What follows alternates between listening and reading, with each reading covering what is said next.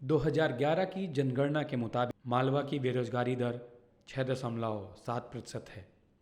ग्वालियर चंबल की बेरोजगारी दर 7.5% है, तो वहीं विंध्य क्षेत्र की बेरोजगारी दर 9.3% है। यानी विंध्य क्षेत्र में काम करने लायक हर 10वां युवा बेरोजगार है।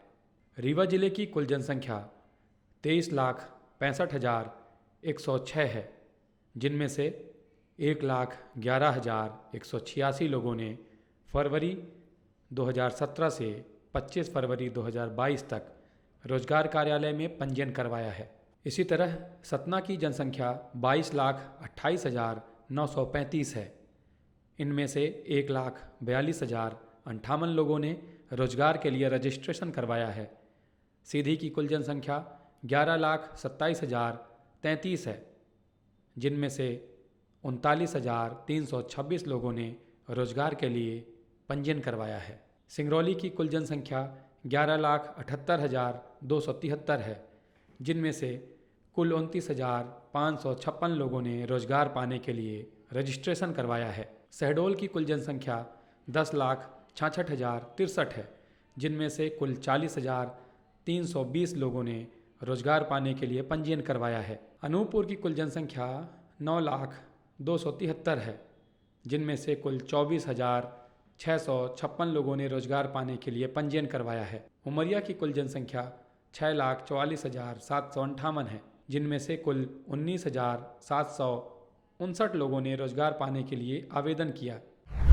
विंध्य क्षेत्र के सभी जिलों के रोजगार कार्यालयों में 2017 से 25 फरवरी 2022 तक कुल 3,69,061 युवाओं ने अपना रजिस्ट्रेशन करवाया है, जबकि विंध्य क्षेत्र की कुल आबादी 93,59,405 है। आखिर बेरोजगारी की समस्या का समाधान क्या है? कैसे मिल सकता है विंध्य के युवाओं को रोजगार? विंध्य फर्स्ट ने इस समस्या से निपटने के लिए क्षेत्र के ही कुछ जानकारों से बात की। वरिष्ठ समाज सेवी अनुपम तिवारी का मानना है कि जब तक विंध्य प्रदेश अलग नहीं बनेगा, तब तक इस क्षेत्र का चहुमुखी विकास संभव नहीं है।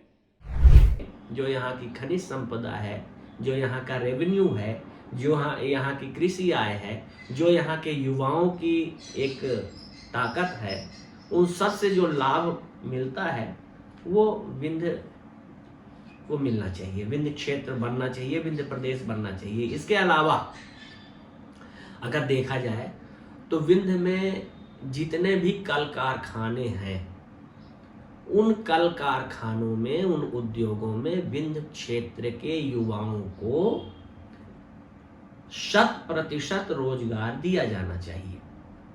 जब 100% रूप से आप रोजगार उनको देंगे, उनके स्किल डेवलपमेंट के लिए भी काम करते हुए, तो निश्चित रूप से यहाँ रोजगार की कमी होगी, रोजगार मिलेंगे लोगों को।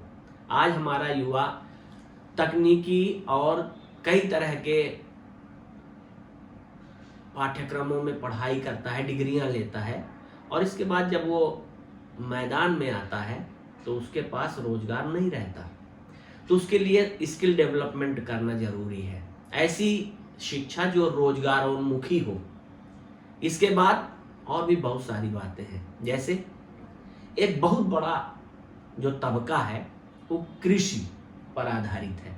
तो हमारी कृषि भी जो है, जो हमारी खेती किसानी है, वो कैश क्राफ्ट के रूप में डेवलप यदि की जाती है, यदि वो उसमें भी व्यवसाय को किया जाता। आज हमारा जो किसान है वो प्राचीन पद्धति और परंपरागत खेती ही के आधार पर काम कर रहा है।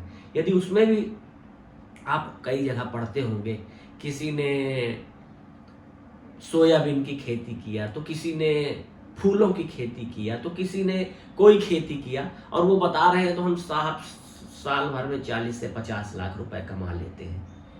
तो अगर ऐसा ही हम हर किसान को, और जब किसान अपने खेतों में ज्यादा पैदावार करेगा, कैश क्राफ्ट पैदा करेगा, तो अकेले तो वो पैदा नहीं करेगा, उसमें काम देगा लोगों को।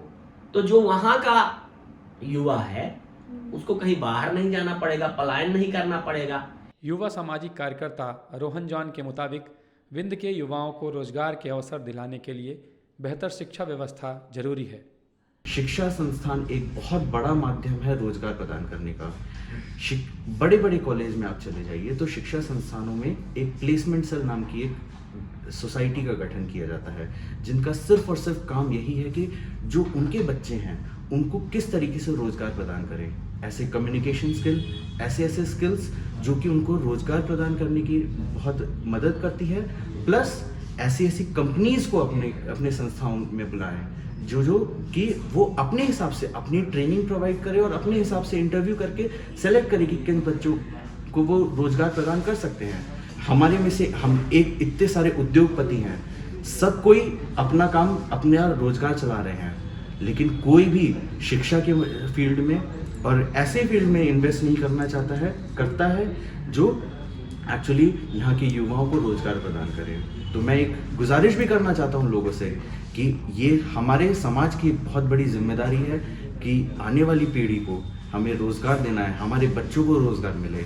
और एक चेन लिंक है ये, एक को रोजगार मिलेगा तो वो 3 और को मोटिवेट करता है कि ये इस संस्थान में जाके इस तरीके से पढ़ाई करे, इस तरीके से मेहनत करे, ताकि उनके आने वाली पीढ़ी भी बेरोजगारी का शिकार ना हो।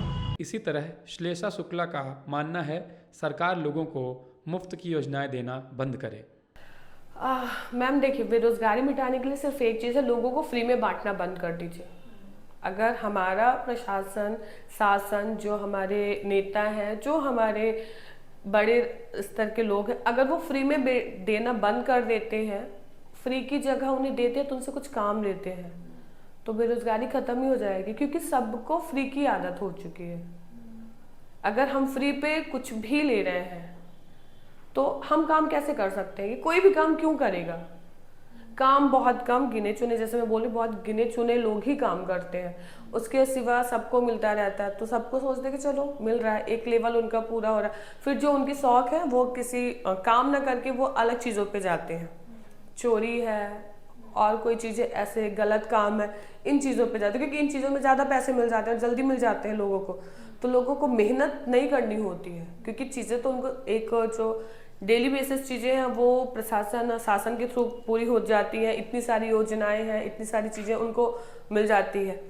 उसके बाद अगर काम की बात करें तो वो काम मेहनत करने से अच्छा उनको लगता है कि गलत रास्ते से जल्दी सफलता मिलती है। लोगों को ये लगता है कि अगर उनकी जो ज़रूरतें बची कुछ हैं वो गलत रास्ते पे जाके ज़्यादा जल्दी पूरी कर लेते हैं, तो गलत रास्ते से चले जाते हैं और उससे करते हैं, तो इसलिए बेरोजगारी भी है।